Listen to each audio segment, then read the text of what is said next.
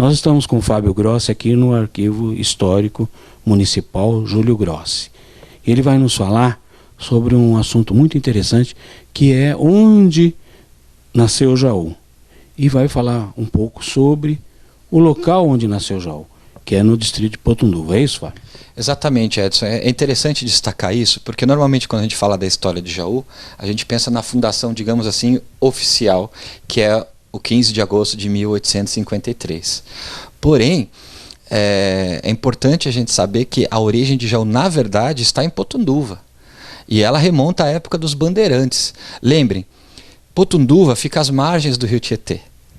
E os bandeirantes, no século XVIII, quando saiu em busca das minas, no segundo movimento das bandeiras, nós tivemos o primeiro onde foram encontradas Minas Gerais. Depois a metrópole Portugal não deixou ficar com os bandeirantes, pegou. E os bandeirantes, meio bravinhos que ficaram, continuaram a sua interiorização do Brasil para buscar outras fontes de ouro, e eis que acharam onde hoje é Cuiabá, no Mato Grosso. E aí começa o segundo movimento dessas bandeiras, que era chamado de monções. Jaú surge nesse contexto das monções. Os bandeirantes procurando um novo caminho para chegar até as minas de Cuiabá, passavam, tinha uma parada aqui, justamente em Potunduva. E esse lugar virou uma parada e acabou surgindo um vilarejo aí. E Potunduva, que quer dizer, né, é lugar onde a vista escurece, por causa do estirão, porque Potunduva está bem localizado num estirão do rio Tietê, que tem mais de 20 quilômetros e a vista se perde. Por isso esse nome.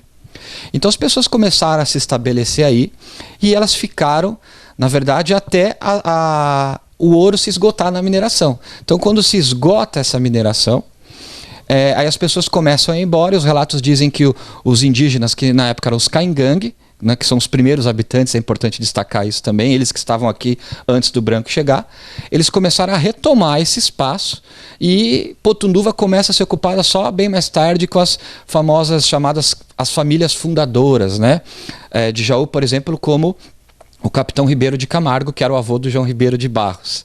São as famílias fundadoras. O próprio capitão, ele chega em Jaú navegando, ele vem pelo rio Tietê, ele entra por Potunduva. A fazenda dele vai se estabelecer, a primeira fazenda vai se estabelecer em Potunduva. Então nós temos os relatos mais antigos dessa ocupação, onde os documentos pela primeira vez citam Potunduva. O documento data de 1727. Depois nós temos um outro documento de 1780. E essa ocupação continua de uma forma bem pacata, e no início do século XIX, por exemplo, é importante a gente destacar também, é quando acontece em Potunduva o famoso milagre do Frei Galvão, de bilocação, que um desses aventureiros, esses exploradores que iam até as minas de Cuiabá, chamado Manuel Portes, né, dizem aí que ele teria se ferido de morte, tem duas teorias, não se sabe com certeza qual a correta. Ele se feriu de morte, ele devoto que era, não queria falecer sem ter uma extrema-unção, né, de um padre, e ele chama o nome de Frei Galvão, e eis que do meio do mato surge o Frei Galvão com várias testemunhas. Ele deita o Manuel Portes no colo, dá a extrema-unção dele, e depois se retira da mesma forma que apareceu, ele some.